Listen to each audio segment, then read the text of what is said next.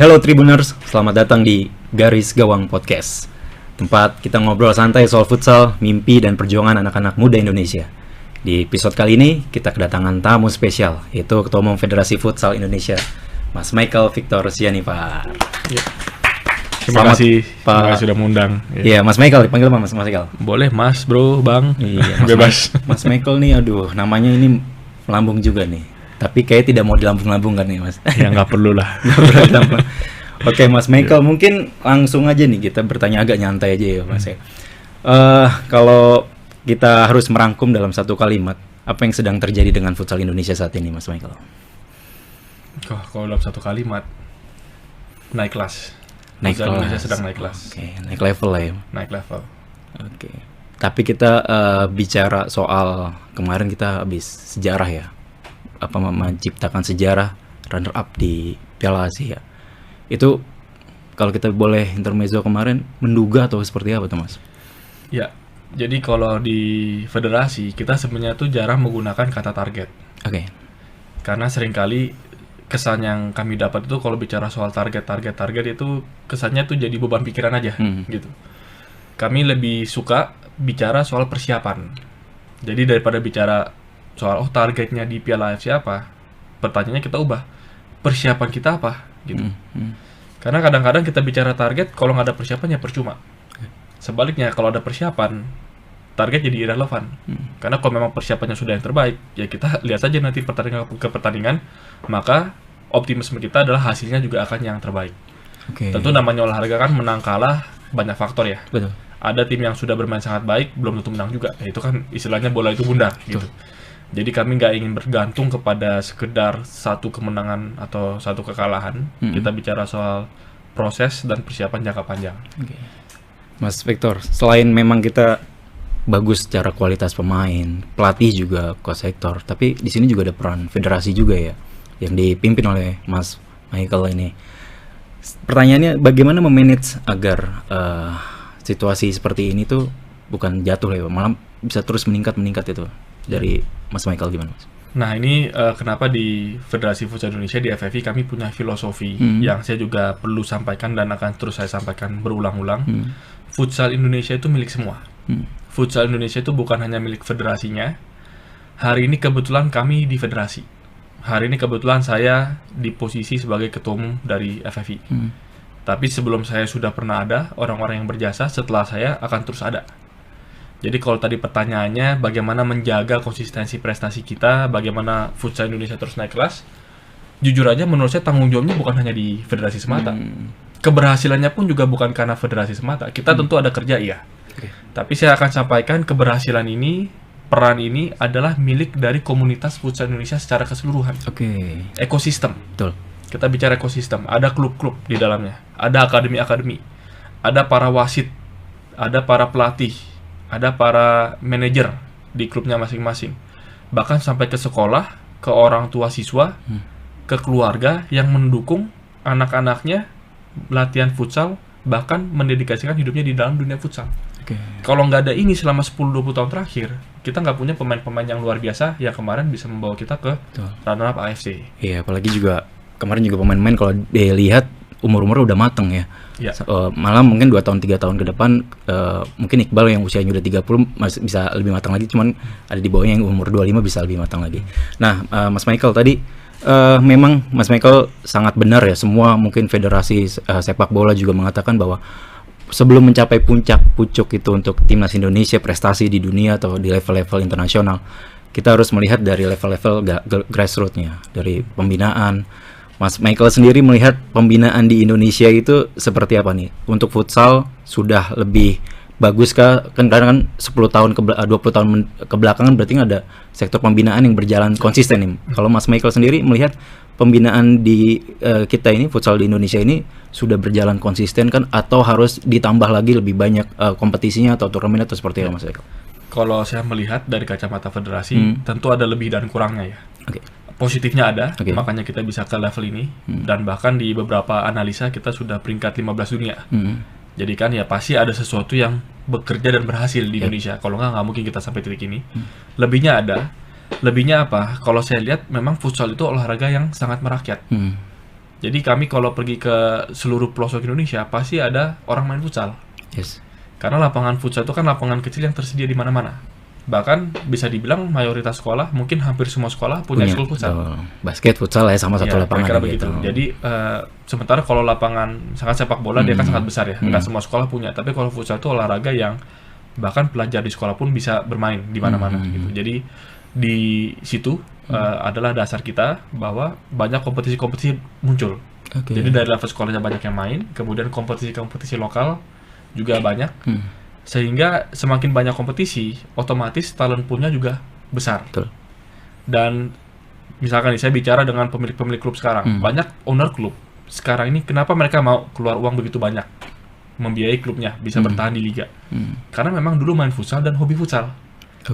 Jadi saya lihat banyak kecintaan kita terhadap futsal, bahkan banyak orang mau berkorban untuk futsal karena memang ini olahraga yang lahir dari rakyat gitu, dari rakyat Indonesia. Semua kita dulu main futsal. Jadi itu yang positif yang sudah ada sekarang, dan ada ekosistem menunjang itu, konsisten menunjang itu. Kalau yang perlu ditingkatkan ya masih banyak juga. Jadi kita juga ini prinsip yang penting juga di federasi, bahwa kita jangan cepat puas juga gitu. Bahwa di atas langit masih ada langit. Kita memang sudah katanya peringkat 15 dunia, tapi kita tahu secara sistem yang rapi, yang konsisten, ya akan sulit mempertahankan prestasi itu. Ibaratnya kalau mau push rank, kalau udah top 20 dunia, jangankan naik, bertahan aja udah setengah mati. Kira-kira gitu. Dunia ya ini sekarang ya Pak, udah naik. Karena ini udah level dunia gitu. Bahkan ya saya juga sampai hari ini kalau bicara futsal kita ranking dunia, apa kelas dunia, saya juga ngeri gitu. Ada merindingnya juga. Maksudnya apa? Karena di level ini berarti kita ini bisa bertatapan mata dengan mata ketemu dengan Brazil, dengan Argentina, dengan Jepang, Spanyol. Dan kita buktikan kemarin dengan Spanyol. Dan ini bocoran juga, kita baru saja dikontak sama Federasi Brazil, diundang. Kita diundang ke Brazil. Turnamen, ada turnamen. Jadi Brazil bikin event di bulan Oktober nanti, Indonesia diundang. Ini berkat kemarin runner-up Asia atau gimana? Salah satunya, pastinya ya. Karena undangannya baru dikirim setelah acara AFC kemarin gitu. Berarti lebih ditatap dunia lagi nih sekarang.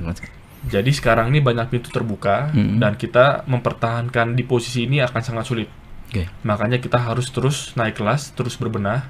Nah, bicara tadi kan balik ke soal ekosistem. Kami juga sekarang mau menata kembali istilah kita futsal education. Sistem pendidikan futsal. Ibaratnya analoginya kan kalau negara mau maju, pendidikannya itu harus diutamakan. Kan gitu kan. Kita kurikulumnya mungkin universitasnya, kualitas SMA SMP-nya kira-kira gitu. Itu bicara negara maju. Olahraga juga sama. Kalau olahraga kita mau maju, futsal mau maju, pendidikan futsalnya juga harus kita persiapkan. Berarti mulai dari pelatih, terus semua tuh wasit, fasilitas juga ngaruh, Pak. Betul. Jadi kualitas pelatih, kesejahteraan pelatih, kuantitasnya juga jumlahnya, dan penyebarannya ini juga menjadi PR penting yang harus kita lakukan supaya kesempatan untuk para atlet-atlet muda berkembang juga luas. Saya sering kali ke daerah tuh dengar cerita dari teman-teman, oh kita kalau di daerah kita banyak yang jago futsal. Misalkan saya ke Papua, yang jago futsal di Papua sangat banyak. Saya ke NTT yang jago sangat banyak. Saya ke Maluku sangat banyak. Tapi seringkali kendala mereka apa? Pemain-pemain muda ini, yang bahkan mungkin sekarang mainnya di level sekolah, kesulitan dapat akses ke pendidikan futsal. Di sana ada pelatih-pelatih betul, tapi pelatihnya pun standarnya belum sampai. Untuk dapat sertifikasi dan lisensi, juga kan dia seringkali harus terbang ke Jakarta, ke Jawa, untuk ikut kursus di sini. Nah, jadi PR kita di federasi, bukan cuma pemainnya, tapi bahkan level pelatihnya pun kita juga mau dorong meningkat. Karena kita juga melihat penting sekali peran dari para pelatih. Nah, ini satu cerita waktu saya ke Spanyol bulan Desember awal, saya sempat berkunjung ke Federasi Spanyol. Dan di sana saya ketemu sama sekjennya, sekjen Federasi Futsalnya, kira-kira begitu. Saya ke kami di Futsal Indonesia, apa hal paling penting yang harus jadi prioritas kita? Dia nggak sebut timnas, dia nggak sebut soal liga, dia sebutnya apa? Pelatih. Pelatih dulu yang disebut. Pelatih. Saya juga waktu dia sebut itu saya kaget. Tapi dia bilang pelatih. Kalau saya jadi kamu, Mike, hal pertama yang saya mau benahi itu adalah urusan pelatih. Karena kalau pelatihnya berkualitas, pasti kompetisinya juga akan berkualitas. Pasti pertandingannya akan makin seru. Yang nonton makin tertarik. yang hobi makin banyak. Tapi kalau di futsal sendiri udah punya guideline nggak sih? Kalau sepak bola kalau nggak salah ada Vilanasia tuh. Kalau di di futsal sendiri untuk guideline ke pelatih dari Asprof, Askot sampai Askap sendiri itu punya nggak tuh Pak? Jadi sistem lisensi kan kita udah ada ya, bahkan sampai ke level AFC pun juga ada. Jadi ada yang lisensi nasional, ada yang sampai ke lisensi AFC 1, 2, 3 itu sudah ada. Dan menurut saya banyak yang sudah baik juga berjalan. Tapi kita sekali lagi mau mendorong supaya kita sekarang standarnya bukan sekedar Asia lagi nih. Karena standar gitu. Tapi harapan kami 5 tahun, 10 tahun, 20 tahun dari sekarang, futsal kita filosofinya, fondasinya, kurikulumnya kita desain, kita perbaiki supaya tibasanya nanti kita ketemu Brazil, kita masih punya keyakinan kuat kita bisa menang lawan Brazil. Oke, Mas Michael. Memang sekarang kalau bisa bilang kita panen dari sejak 10 tahun atau 20 tahun sebelumnya ya. Nah, pertanyaan selanjutnya mungkin menjaga regenerasi ini kan memang setiap komunitas atau enggak di grassroots kalangan yang usia-usia muda itu kan memang harus tetap jalan, benar nggak Mas Michael ya? Agar misal 5 tahun atau enggak, sekarang udah 15, Mas Michael bilang kita menatapnya udah lawan Brazil, Spanyol ke depan, dan banyak turnamen atau kompetisi di level-level usia muda. Mungkin salah satunya kita nih Tribun nih. Tribun buat turnamen atau kompetisi Tribun Putih Abu-Abu Futsal yang rencana sih akan ada di 700-an kota ya. Mungkin awal-awal ini di tahun-tahun ini ada berapa? Ada di 20 kota dan 700-an klub ya. 700-an SMA gitu. Nah, melihat seperti ini nih, banyak swasta atau kalangan-kalangan di luar AFK ya, Asosiasi Futsal Kabupaten atau Kota yang mengadakan, melihat ini seperti apa nih? Tribun ingin menggelorakan futsal di usia muda ini. Nah, ini kan kita di kantor Tribun ya podcastnya. Dan saya senang tadi sebelum podcast kita meeting dengan jajaran dari Tribun. Dan saya dengar kabar bahagia bahwa Tribun juga akan berencana menyelenggarakan kompetisi futsal pelajar. Tadi informasi yang saya dengar bahkan 20 kota di tahun ini, dan tahun depan mungkin bisa 70 kota, 70 regional gitu. Dan kami dari federasi tentu menyambut dengan sangat baik ya, kita menyambut dengan sangat baik, kita berterima kasih bahwa semakin banyak swasta, apalagi Kompas Group dan Tribun Network ini adalah suatu entitas yang sangat besar, jaringannya sampai ke daerah. Karena itu poin yang sangat penting, bahwa kita mencari talenta-talenta futsal masa depan tidak bisa hanya di kota-kota besar saja, tidak bisa hanya di Pulau Jawa saja. Karena saya punya keyakinan, dan kita semua lihat kok, banyak sekali talenta muda di daerah. Sangat banyak kayak itu. Tapi mereka kesulitan sampai ke nasional, bahkan sampai ke timnas, karena jalurnya itu terputus. Mungkin kompetisi di lokalnya ada, tapi level provinsinya ke nasionalnya bagaimana? Jenjangnya bagaimana? Itu masih jadi PR juga ya buat federasi. Jadi PR. Makanya dengan ada event seperti yang Tribun akan lakukan ini akan membuka lebih banyak pintu juga untuk kami di federasi, untuk tim kepelatihan nasional melakukan talent scouting, mencari, mendeteksi potensi-potensi atlet muda di daerah.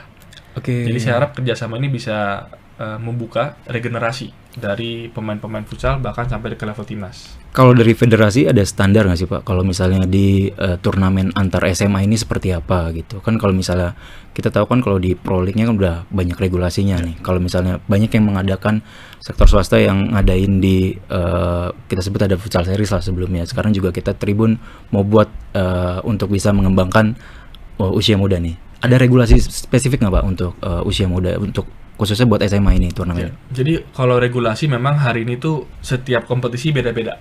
Kan punya desainnya beda-beda begitu. Dan dari federasi ya saya harus akui hari ini kita juga tidak strict terkait dengan regulasinya. Karena kita paham konteks itu beda-beda. Contoh sederhana. Ukuran lapangan. Kalau ukuran lapangan standar internasional yang kita pakai di liga kita juga, kita mau katakan ya kita paksa wajib nih terapkan ke semua kompetisi pelajar. Ya akan susah. Terlalu luas gitu lapangan. Karena teman-teman di daerah cari gor yang memenuhi standar internasional itu ukuran lapangan nih. Kita bukan bicara flooringnya ya, bahkan ukurannya aja pasti kesulitan. Jadi ini kan realita yang kita juga harus akui, harus lihat gitu. Jadi ada regulasi-regulasi yang mungkin kita pakai di level nasional untuk level liga, tentu belum tentu cocok untuk kita wajibkan ke level kompetisi pelajar. Termasuk soal waktu pertandingan. Ini juga saya buka aja kan. Kalau hari ini banyak kompetisi pelajar itu dia permainannya itu waktu kotor. 2x20-nya kotor ya? Bahkan 2x10. 2x10. Karena kan SMA yang bertanding banyak. Sehingga kalau bikin di satu kota, katakan 3 hari kompetisi, itu bisa puluhan sekolah yang mau berkompetisi. Kalau 20 menit kali 2, waktu bersih, nggak cukup waktu. Waktunya panjang ya. Nah ini kan realita-realita yang kita juga harus wise ya, kita juga harus bijak dari federasi.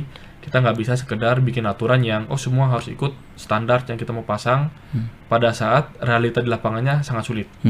Tapi ada tapinya juga, tapi bukan berarti kemudian tidak ada standar. Tentu kita duduk satu persatu dengan semua penyelenggara kompetisi, kita bahas ekspektasi, dan kita mau dengar realita di lapangan. Karena saya juga harus akui teman-teman di lapangan yang lebih paham, gitu kan. Kan kami di federasi mungkin kacamata nasionalnya gitu. Tapi kondisi di masing-masing daerah seperti apa ya teman-teman yang lebih punya pengalaman menghadapinya bagaimana. Tapi banyaknya pertandingan itu di turnamen memang bagus ya, Pak? Maksudnya kayak tidak langsung sekali gugur gitu. Ya. Sebenarnya kalau bicara ideal ya, kalau bicara ideal tentunya kan baiknya memang di dalam suatu kompetisi bukan langsung gugur.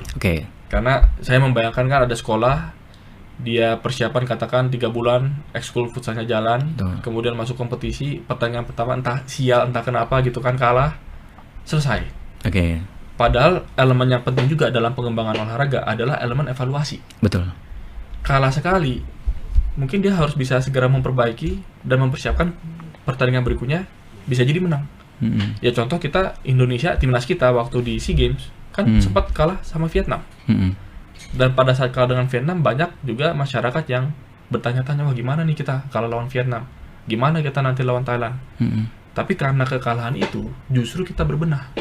Dan ini kan banyak pemain-pemain kita yang cerita setelah kalah itu mereka memang jadi berpikir dan jadi motivasi tersendiri. Nah itu pengembangan olahraga yang baik. Tapi sekali lagi kita juga paham realita, kalau kita minta semua kompetisi pelajar itu sistemnya liga, satu SMA ketemu banyak SMA, waktu gitu kan, waktu sama biaya juga gitu kan. Jadi kita harus cari jalan tengah. Menurut saya harus ada jalan tengah, dan untungnya banyak kompetisi yang terus berjalan. Ada mungkin yang awal tahun, ada yang akhir tahun, sehingga suatu sekolah, suatu akademi futsal bisa berkompetisi bukan hanya sekali setahun, tapi bisa terus menerus gitu. Nah jadi ini kan hal-hal yang memang dari federasi kita terus buka peluang kerjasama supaya kita bisa cari formula terbaik. Nah di Tribun Putih Abu-Abu Futsal ini Pak, katanya juga, bukan katanya sih, memang kita akan merencanakan bahwa kita tidak melihat secara tim aja, tapi individunya kita lihat secara statistik. Nah statistik di usia muda ini kan memang sangat berpengaruh ya ke depannya. Kalau menurut Mas Victor sendiri nih, statistik ini sudah dilakukan di usia muda ini sangat bagus nggak sih? Saya pernah tahu nih, mungkin kalau di Amerika tuh udah main NCAA ya, itu pas college-nya lah, kampusnya ya Pak. Itu juga statistiknya udah sangat kuat tuh Pak di seluruh cabur, sehingga kalau klub-klub mau mengambil ya dia lihat data statistik dan video aja gitu. Kalau sekarang kan kita juga udah zamannya multimedia, kita bisa lihat video bagaimana terus data statistik. Dari federasi sendiri melihat rencana dari Tribun untuk menerapkan seperti itu gimana Pak tanggapannya? Satu hal yang sangat signifikan yang Coach Hector bawa, bisa berkompetisi bukan hanya sekali setahun tapi bisa terus menerus gitu. Nah jadi ini kan hal-hal yang memang dari federasi kita terus buka peluang kerjasama supaya kita bisa cari formula terbaik. Nah di Tribun Putih Abu-Abu Futsal ini Pak, katanya juga, bukan katanya sih, memang kita akan merencanakan bahwa kita tidak melihat secara tim aja, tapi individunya kita lihat secara statistik. Nah statistik di usia muda ini kan memang sangat berpengaruh ya ke depannya. Kalau menurut Mas Victor sendiri nih, statistik ini sudah dilakukan di usia muda ini sangat bagus nggak sih? Saya pernah tahu nih, mungkin kalau di Amerika tuh udah main NCAA ya, itu pas college-nya lah, kampusnya ya Pak. Itu juga statistiknya udah sangat kuat tuh Pak di seluruh cabur, sehingga kalau klub-klub mau mengambil ya dia lihat data statistik dan video aja gitu. Kalau sekarang kan kita juga udah zamannya multimedia, kita bisa lihat video bagaimana terus data statistik. Dari federasi sendiri melihat rencana dari Tribun untuk menerapkan seperti itu gimana Pak tanggapannya? Satu hal yang sangat signifikan yang Coach Hector bawa ke timnas Indonesia adalah sport science. Adalah data analytics, statistik tadi. Jadi Coach Hector ini, ya ini saya rasa juga ilmu Spanyol yang kita juga harus kuasai, karena dunia menurut saya arahnya pasti akan ke sana juga. Olahraga itu berbasis data. Analisa berbasis data, performance itu berbasis data. Teknologi semua udah data semua ya. Dan kita bahkan di timnas itu menggunakan aplikasi. Kita rekam dan kita nyambung ke aplikasinya. setelah pertandingan selesai, aplikasinya langsung memproses instan, bisa mengidentifikasi detik-detik yang signifikan, transisi dan lain-lain. Dan kemudian tim kepelatihan kita, kalau ini bisa sampai mungkin perlu waktu juga ya, mengedit video-video itu menjadi bahan analisa. Bahkan bisa disiapkan per pemain. Jadi misalkan dari pertandingan yang kita baru selesai nih, lawan negara mana, pemain-pemain kita bisa dapat feedback individual. Karena potongan-potongan, oh Anda punya kebiasaan seperti ini, terjadi berkali-kali nih, ada videonya. Harusnya di situasi seperti ini langkahnya begini, kira-kira gitu. Nah ini kan ada sport science di belakangnya, ada analisanya yang menggunakan teknologi. Jadi ini sangat penting di level timnas. Dan saya sangat senang kalau di kompetisi pelajar, dan harapan saya bahkan semuanya juga ya, mengedepankan pendekatan sport science itu. Sudah mulai ya, dari tahap pelajar sudah mulai gitu ya Pak. Walaupun tidak sekomprehensif di timnas lah, mungkin alatnya sangat berbeda. Terus mereka punya tim analisis sendiri, benar ya Pak? Ya tentu kan ya, memang konteksnya pasti berbeda ya kalau di level timnas di klub juga beda juga. Tapi nah ini kenapa penyelenggara kompetisi yang punya konsep tersebut dan memfasilitasi supaya ada analisa data ini jadi sangat penting. Supaya apa? Supaya pertama, jadi jangankan bicara buat federasi nih. Menurut saya federasi nanti dulu deh. Buat pemainnya dulu. Individu pemainnya dulu. Karena kan pemain-pemain ini bermain juga yang kasih feedback ke dia siapa? Tentu pelatih ada kasih feedback. Tapi kalau ada tambahan data, analisa, kamu nih kebanyakan lari yang nggak perlu, misalnya saya nggak tahu gitu ya. Kamu nih kalau pegang bola kelamaan, kira-kira saya nggak tahu gitu kan. Tapi kalau bisa ada angka dan statistik dan analisa seperti itu, jadi feedback ke para pemain, mereka juga jadi bisa memperbaiki diri. Jadi jangankan bicara data untuk nanti federasi butuh seleksi timnas, itu tentu penting. Jadi ada bank datanya juga ya. Ada bank datanya. Tapi menurut saya sebelum ke level federasi seleksi timnas berdasarkan data pemain, untuk pemainnya pribadi dulu deh. Karena di kompetisi pelajar, ya menurut saya sih tujuan kompetisi pelajar yang terutama bukan cari pemain timnas, bukan. Tapi untuk atlet-atlet mudanya berkembang. Betul, develop dulu ya Pak. Iya, develop dulu. Karena kalau di level pelajar seolah-olah semua yang berkompetisi di SMA ekspektasinya ini kita timnas. Walaupun ada jenjang usianya, ada timnas U19 gitu, ada dan itu bagus dan kita bangun itu. Tapi saya rasa jadi ekspektasi atau tekanan yang berlebihan juga. Di level kompetisi pelajar, apalagi kan banyak yang mungkin masih kelas 1 SMA, kelas 2 SMA, bahkan mungkin ada kompetisi pelajar SMP juga, saya nggak tahu. Saya sih melihatnya fokus yang penting juga adalah berkembang dulu. Berkembang dulu. Jadi jangan bermain kemudian langsung kita judge Anda potensial dipanggil timnas atau enggak gitu. Kalau seperti itu ekspektasinya, kasihan juga dia. Tapi di kompetisi-kompetisi ini harapan saya ada mekanisme feedback tadi supaya pemain-pemain yang berkembang. Itu lebih utama daripada sekedar kita langsung mau ke ujung. Kan kalau kita bicara, ini kompetisi pelajar, kita bisa dapat pemain timnas. Betul, kita butuh data-data itu. Tapi ini menurut saya loncat.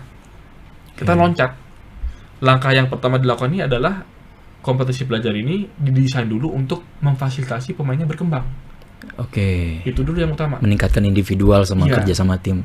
Individual, tim terbiasa berkompetisi, menghadapi situasi. Nilai-nilai fair play juga kan terbangun juga. Nilai-nilai fair play juga, disiplin, soliditas. Baru setelah ini berhasil terbangun, tentu ujungnya tetap timnas tapi jangan loncat. Baru setelah ini terbangun, nah federasi juga butuh data-datanya, sehingga pada saat kita nanti mau melakukan pemanggilan untuk seleksi timnas, kita juga ada basis yang kuat. Pokoknya intinya jangan khawatir ya Pak, karena federasi punya talent scouting, benar nggak sih Pak? Setiap turnamen itu pasti ada talent scouting sendiri kan? Atau punya karena data-data sendiri, jadi pemain itu tidak berpikir untuk main di sini kayak bisa jadi timnas. Karena Pak Mas Michael, ini poin yang menarik. Ini poin yang menarik karena saya harus bilang padanya bahwa kemampuan federasi kan masih terbatas. Kemarin kita punya contoh nih, kita punya timnas putra U16 dan U19 yang ke AFF. Yang Desember tahun kemarin ya, baru-baru ini. Yang U16-nya juara AFF. Bayangkan nih, pertandingan pertama kali AFF U16 dalam sejarah, Indonesia juara. Yang senior aja butuh bertahun-tahun kira-kira gitu kan. Ini yang U16 juara. Tapi ya kalau ada teman-teman pemain 16 dengar ini jangan kemudian langsung merasa cepat puas ya. Tapi kita bangga lah bisa juara. U19 kita runner up. Jadi kan luar biasa sebenarnya. Walaupun ya tetap harus terus berbenah ya. Gitu. Tapi yang menarik apa? Yang menarik adalah pada saat tim kepelatihan menseleksi U16 dan U19 yang dikirim ke Thailand. Ini saya dapat laporan dari internal, mereka juga pusing karena banyak pemainnya. Dan banyak pemainnya ya, Pak. Banyak pemainnya, dan juga kita tahu bahwa banyak juga pemain-pemain bagus yang kita belum sempat lihat karena luas sekali. Kan kita berdasarkan tentu ada bantuan dari AFP ya, membantu seleksi. Tapi saya yakin pasti banyak sekolah, pasti banyak pelajar kita yang mainnya bagus, tapi dia memang belum masuk ke dalam ekosistem yang bisa dideteksi oleh pelatih timnas. Nah, ini PR kita ke depan. Makanya kalau ada semakin banyak kompetisi dan kapasitas federasi terus kita tingkatkan, karena saya ingin ada keadilan. Maksudnya jangan sampai ada pemain merasa kita udah latihan kerja keras kok saya nggak dipanggil. Untuk seleksi aja nggak dipanggil. Menurut saya mungkin bukan salah dia, tapi salah sistem kita yang masih ada bolong-bolongnya. Jadi pesan saya kepada teman-teman, siapa tahu ada teman-teman yang masih di SMA yang dengar ya ini, kami di federasi juga terus berbenah, punya PR, karena kami juga nggak ingin ada pemain-pemain yang sudah latihan dengan baik, dengan keras, tapi karena kadang-kadang kan birokrasi dan sistem ini ada bolong-bolongnya gitu kan, sehingga kok saya nggak terdeteksi, kok saya belum dilihat, belum dilirik. Walaupun ya namanya hidup kan begini ya, hidup kan nggak ada yang sempurna, ya hidup ini nggak ada yang sempurna kira-kira gitu. Tapi ya kami berharap dengan sistem yang lebih baik ke depan dan lebih banyak kompetisi dalam negeri dan juga luar negeri, kita akan punya kemampuan lebih untuk benar-benar mencari dan memberikan kesempatan bagi pemain-pemain terbaik kita. Berarti dalam tahap ini Pak Mas Michael ini sangat mendukung lah ya pembinaan di usia muda. Memang kan kita yang butuhkan dari sekarang ya bukan untuk saat ini ya Mas Michael ya. Karena kan terus develop ke depannya.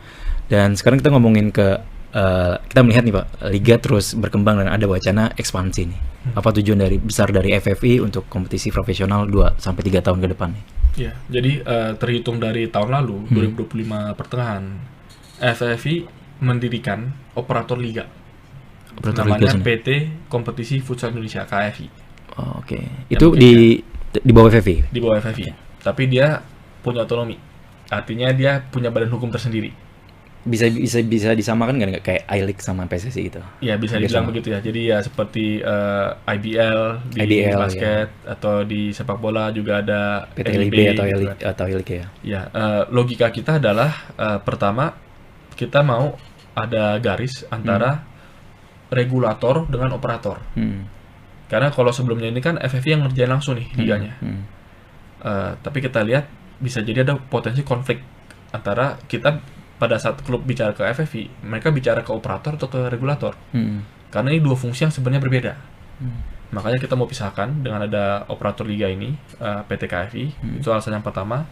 Alasan yang kedua, menurut saya dalam banyak hal, untuk liga bisa lebih cepat berkembang, operator liga ini harus punya ruang untuk bisa berinovasi. Contohnya apa? Sekarang tahun ini kita punya PFL 2. Liga 2-nya lah ya. Liga 2-nya, yang sebelumnya belum ada. Udah berapa klub Pak Liga 2 ya Pak? Target kita 8 klub. Sekarang ini udah ada 7 klub, ada 1 slot yang masih diperbutkan. Tapi khusus putra aja nih. Yang putri gimana tuh nanti putri? Nah, itu pertanyaan yang sangat bagus juga ya. Kita mulai dulu di putra. Saya setuju, tapi kalau di putri, WPFL kita juga naik dari 8 klub ke 10 klub. Jadi juga yang putrinya kita perhatikan juga untuk lebih kompetitif.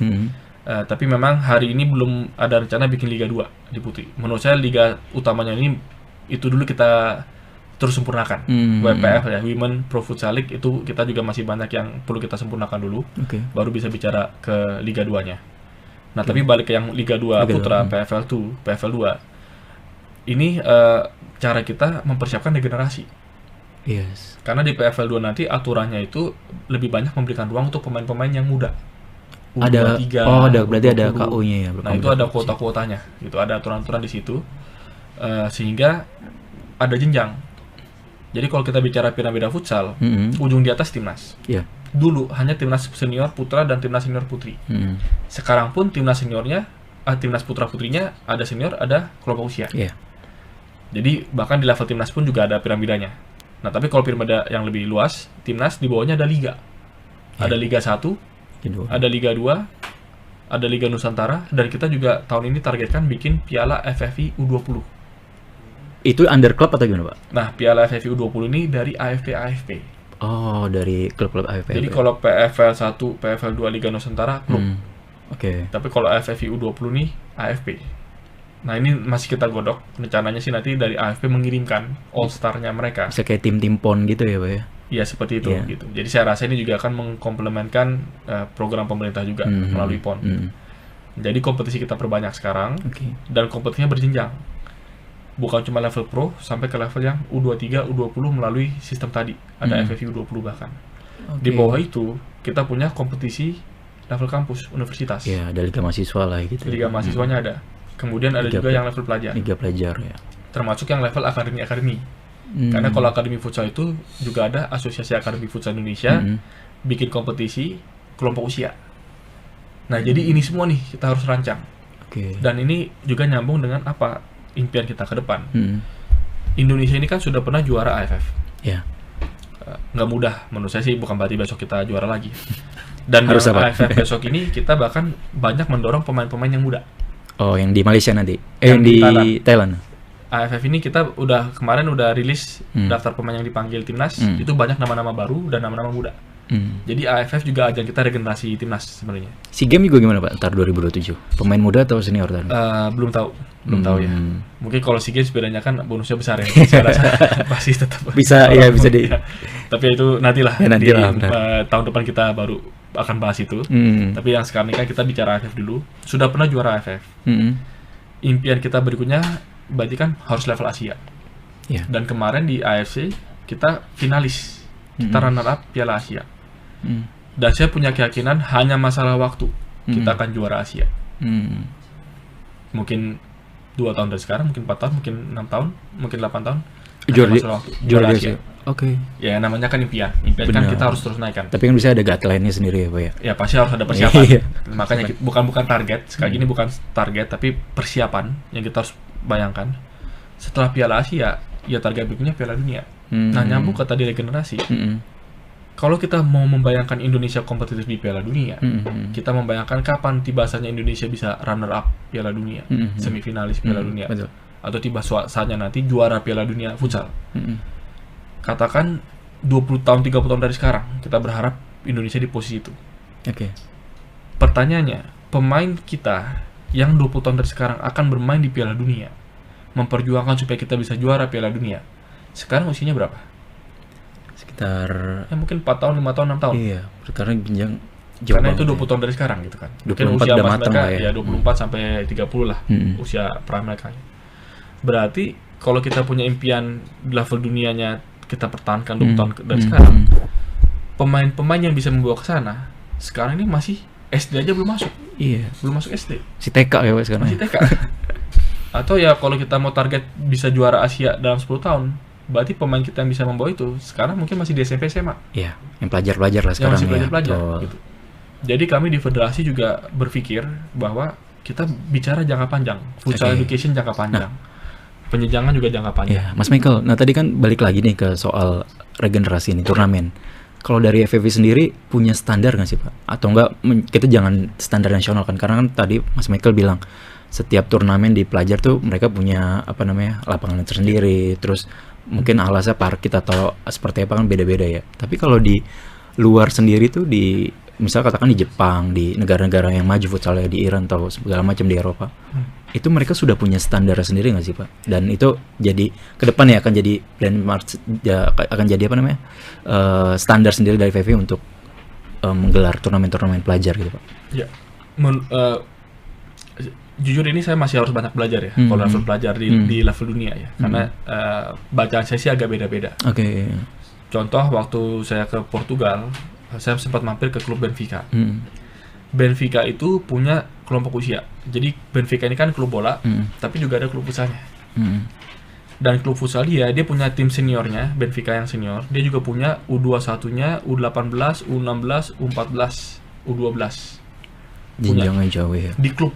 Ini di level klub.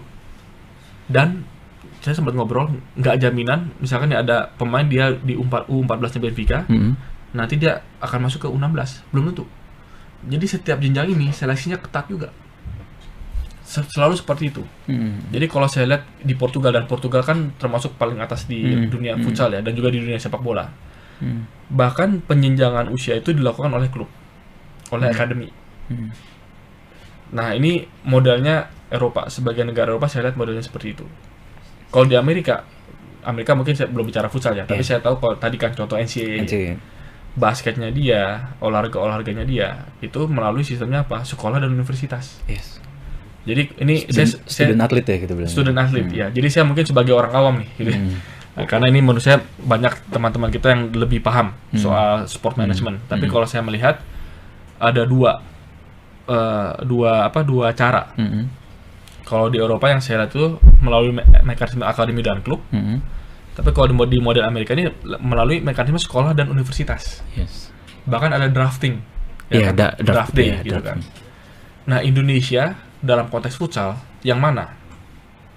Sekarang ini ya hari ini saya pengamatan saya ya, mungkin saya bisa salah, saya lihat yang level pelajar ini makin banyak. Betul. Masif sekali.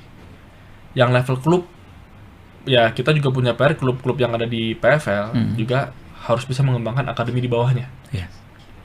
Sekarang kita punya akademi futsal ya, tapi akademi futsal ini kalau saya lihat banyak yang bergeraknya jadi dia nggak nyantol ke klub yang main di liga. Nah ini yang harus kita hubungkan antara klubnya punya akademi atau akademinya ada yang bekerja sama gitu. Tapi regulasi udah ada Pak belum? Belum. Biasanya kalau regulasi mengharuskan harus nih dia punya nih. Nah memang itu saya rasa masih butuh 2-3 tahun dari sekarang. Karena tadi kita bahkan tahun ini baru mulai PFL 2. Kalau di sepak bola kan sudah ada Elite Pro Academy ya. EPA betul. EPA. Dari U17, U19 ya, U16 ya. Nah, apakah di futsal kita mau terapkan? Ya saya juga harus tanya sama klub-klub dulu nih. Mereka keuangannya bagaimana? Ekosistem kita bagaimana? Betul, tapi bagi saya ini masalah waktu. Tapi runner up kemarin tuh kayak momentum banget ya Pak. Kalau saya bilang momentum banget buat futsal tuh untuk bisa develop banget. Terus klub-klub juga melihatnya gimana tuh Pak? Dengan prestasi kemarin kita. Jadi kayak kalau misalnya Mas Michael bilang, wah ini bagus juga nih kalau ada akademi apa gimana? Ya. Nah ini kalau liga kita memang ada terobosan juga. Sekarang kan kita kiblatnya ada ke Spanyol juga ya. Kita punya namanya ada owner klub Palma Futsal, Jose Tirado, sudah bersedia menjadi advisor dari liga kita. Dan klub Palma ini dia juara bertahan Intercontinental Cup dan juga Euro Champions League Futsal. Jadi klub yang sangat kuat. Supaya pemain-pemain Indonesia punya potensi ke luar negeri, abroad, dilirik oleh klub-klub kuat di Spanyol. Dan bukan cuma pemain-pemainnya, harapan saya klub-klub Indonesia juga dilirik. Klub-klub Indonesia juga namanya kedengaran di level dunia. Jadi caranya apa? Dengan AFC kita menang tadi, bukan menang, kita runner up ya, maksud berhasil gitu. Indonesia sekarang dibicarakan. Dalam negeri kita bicarakan. Dibicarakan di dunia ya Pak? Di dunia juga dibicarakan. Dah kalau ini terus kita bisa bangun momentumnya supaya klub-klub kita pun termotivasi bahwa dan juga mereka melihat klub kita juga harus naik kelas nih karena besok ada kemungkinan klub Indonesia bisa melawan Barcelona, klub Indonesia bisa melawan Palma, klub Indonesia bisa melawan klub-klub Brazil, klub-klub Jepang. Itu yang kita lagi dorong. Jadi ya tentu saya setuju bahwa ya federasi perlu terobosan-terobosan membantu klub-klub supaya mereka bisa keuangannya lebih sustainable, branding liganya lebih bagus, marketingnya lebih bagus. Tapi saya rasa tugas utama federasi bukan untuk itu bagi para klub. Tentu itu penting. Tapi kita harus bisa memberikan impian yang lebih tinggi bagi para klub. Siap. Saya jadi mau menyampaikan kepada para klub bahwa timnas kita bisa ke level dunia.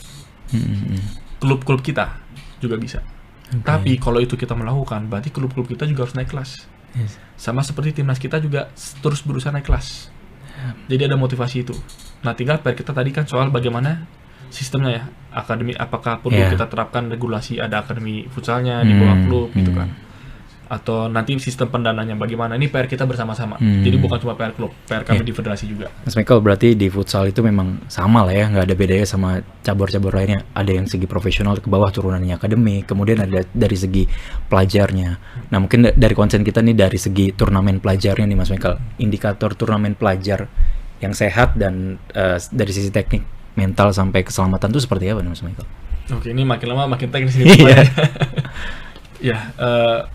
Kayaknya kalau nanti kita bahas persiapan untuk yang Tribun Mobikin kita bisa diskusi khusus gitu. Tapi kalau secara umum mungkin pesan saya kepada kompetisi pelajar siapapun ya adalah saya berharap event kompetisi futsal di level pelajar itu adalah ajang pembinaan. orientasinya dulu. Teknis kita nanti bisa rapat khusus, bisa satu persatu kita bisa kumpulkan, bisa surat edaran gitu untuk regulasi spesifik ya. Tapi orientasinya dulu nih. Tentu kita ingin event yang rame. Tentu kita ingin event-event yang tribunnya penuh, yang rame juga di sosial media. Tapi saya sangat berharap jangan sampai event futsal kita itu, siapapun penyelenggaranya, hanya berakhir di foto di sosial media. Tapi bahwa sekolah-sekolah yang ikut, atlet-atlet pelajar yang ikut, benar-benar merasa, karena dia mengikuti kompetisi ini, menang ataupun kalah, dia berkembang. Menang ataupun kalah, juara ataupun tidak, kompetisi ini, promotor ini membuka pintu supaya pribadinya dan klub sekolahnya naik kelas. Karena mungkin di event ini ada coaching kliniknya, ada data analitiknya, dan juga ada profesionalismenya, sehingga ada fair play dan seterusnya gitu. Jadi orientasinya. Jadi jangan sampai kita bikin event orientasinya sekedar event. Cuma sekedar event aja gitu. Event. Selesai, ya udah selesai. Naik kelas nggak pemain-pemainnya? Nggak tahu. Kemudian ekosistemnya naik kelas nggak tahu. Nah, saya nggak ingin seperti itu. Harapan saya, dan saya percaya bahwa teman-teman yang menyelenggarakan event futsal orientasinya untuk pembinaan. Tapi tugas kita federasi untuk terus mengingatkan. Kita akan saling mengingatkan bahwa event-event ini sangat bagus, rame. Kita sangat senang event futsal sangat rame. Tapi kita tetap perlu memastikan orientasi pembinaannya tetap jalan. Gitu. Dengan yang diadakan Tribun TPAF ini, berarti Mas Michael sendiri secara pribadi atau secara federasi kan, karena menjangkau beberapa kota itu, mendukung sekali atau melihat harus ada pengembangan sisi lain nggak sih Mas? Ya. Kita tentu berharap event futsal ini, kompetisi futsal semakin banyak ke daerah. Supaya tidak menumpuk. Linear lah apa yang dilakukan Tribun ini. Iya, saya tahu ada beberapa daerah itu memang sudah lebih aktif, lebih rapi ekosistem kompetisinya gitu. Ada beberapa provinsi yang saya tahu, wah ini dia konsisten, bertahun-tahun berhasil berjalan. Tapi saya melihat banyak juga daerah-daerah yang belum tersentuh. Dan ya kita harus bicara padanya. Makin jauh dari pusat Indonesia, makin jauh dari Jakarta, makin jarang, makin sedikit kesempatannya. Gitu.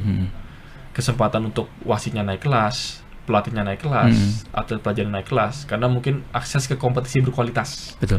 Mungkin kalau Tarkam di mana-mana relatif banyak. Tapi kalau itu Tarkam ada banyak. Tapi kalau kacamata federasi, kita berharap kompetisi berkualitas. Bukan sembarang kompetisi, bukan sembarang event. Harus ada standarnya ya Pak. Standar gitu. Dan standar ini hanya bisa diwujudkan kalau kompetisi-kompetisi yang banyak ini masuk ke dalam suatu ekosistem yang kita bangun bersama di mekanisme Federasi Futsal Indonesia. Nah, itu harapan kita. Tapi di TPAF ini tidak ada putra, putri juga ada nanti. Nah, bagus banget ya. Berarti melihatnya ke depan ketika TPAF ini berjalan dan sejalan dengan apa yang diinginkan oleh federasi juga ya Pak ya, untuk bisa mendevelop pemain-pemain muda, berarti ada dukungan ya Pak dari FFV terhadap turnamen yang kita adakan ya Pak?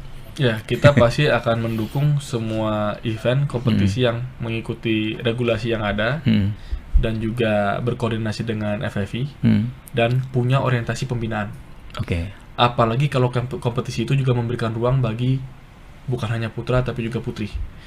Karena kami di federasi punya PR banyak, betul, harus saya tetap akui.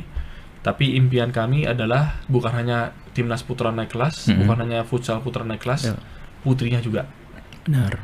Dan menurut saya kemarin bisa mendapat medali perak pertama kali dalam sejarah di SEA Games, itu juga sudah luar biasa. Dan kita sekarang sedang berjalan juga kompetisi AFF Putri. Berjalan. Gitu. Jadi di Thailand ya Pak ya? Di Thailand lagi ya. Ini juga PR kita, kebanyakan kompetisi di Thailand ya. Kita mau tarik juga nih. Datang nih sini ya. Kita mau tarik banyak di Indonesia juga. Gitu. Ya, tapi ya balik ke poin tadi bahwa kami punya keyakinan futsal putri juga bisa menjadi opsi olahraga yang dilirik dan benar-benar membanggakan juga bagi putri-putri kita, bagi pemudi-pemudi kita juga. Siap. Ini Mas Michael, kita ngomongin futsal nggak ada habisnya Mas ya. Karena kan banyak lah ekosistemnya ya, mulai dari pelatih, wasit, terus belum fasilitas, belum juga sekarang ngomongin usia dini, sampai pucuknya di prestasi timnas. Dan alhamdulillah prestasi timnas kita juga udah bisa kalau bisa kita bilang apa sama Iran harusnya kita menang kemarin ya. Tapi kan apa namanya Dewi Fortuna atau keberuntungan atau masih kita harus bisa jangan puas diri dulu ya Mas Michael. Mungkin terakhir dari Mas Michael saran atau masukan untuk usia muda khususnya bagi futsal Indonesia seperti apa Mas? Ya, jalan kita masih panjang.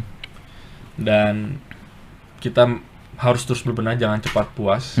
Itu juga saya sampaikan kepada teman-teman, termasuk yang kemarin menang U16, yang runner-up U19. Luar biasa sekali lagi, kita sangat bangga. Tapi juga jangan cepat puas, karena ruang berkembangnya masih sangat luas. Dan kami di federasi terus berinovasi, supaya kesempatan teman-teman bertambah. Bahkan saya berharap ke depan ada pemain-pemain muda kita yang abroad ke luar negeri. Masuk bermain di liga-liga terkuat dunia, di Spanyol, di Portugal, di Rusia, di Brazil, gitu, di Perancis. Dan ini kita harus bisa bangun dengan ekosistem futsal yang kuat. Dan saya juga akan menutup juga dengan apa yang saya buka tadi, bahwa futsal Indonesia milik kita semua. Dan untuk bisa membawa Indonesia naik kelas. Dan saya yakin futsal kita bisa mengibarkan bendera merah putih di tingkat dunia di bahasanya nanti. Itu kita bisa wujudkan kalau kita semua kerjasama, kita semua kolaborasi. Jadi kesuksesan dari futsal bergantung dari semua stakeholders, bukan hanya di federasi. Dan kita selalu terbuka, siapapun yang mau berkomunikasi dan berkolaborasi dengan FFI untuk memajukan futsal Indonesia, kita sangat siap. Oke, kalau begitu sekian dari Garis Gawang Podcast kali ini bersama Ketua Umum Mas Michael Victor Sianipar. Kami pamit undur diri, sampai bertemu di episode berikutnya. Terima kasih Mas. Terima kasih. Download Tribun X sekarang. Menghadirkan lokal menjadi Indonesia.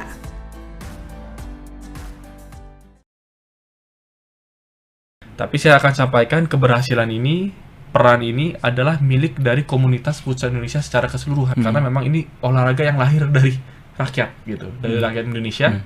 Semua kita dulu main futsal. Kalau olahraga kita mau maju, futsal mau maju, pendidikan futsalnya juga harus kita persiapkan. Dan ini bocoran juga, kita baru saja dikontak sama Federasi Brazil, diundang.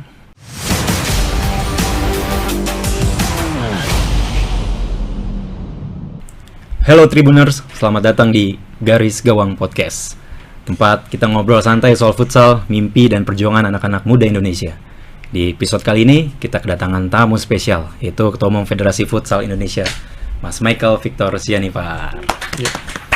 Terima kasih sudah mengundang. Iya, Mas Michael, dipanggil apa Mas Michael? Boleh Mas, Bro, Bang. Iya, bebas. Mas Michael nih, aduh, namanya ini melambung juga nih. Tapi kayak tidak mau dilambung-lambungkan nih Mas. Ya nggak perlu lah. Oke Mas Michael, mungkin langsung aja nih kita bertanya agak nyantai aja ya Mas ya. Kalau kita harus merangkum dalam satu kalimat, apa yang sedang terjadi dengan futsal Indonesia saat ini, Mas Michael? Kalau dalam satu kalimat, naik kelas. Futsal Indonesia sedang naik kelas. Oke, naik level lah ya. Naik level. Oke.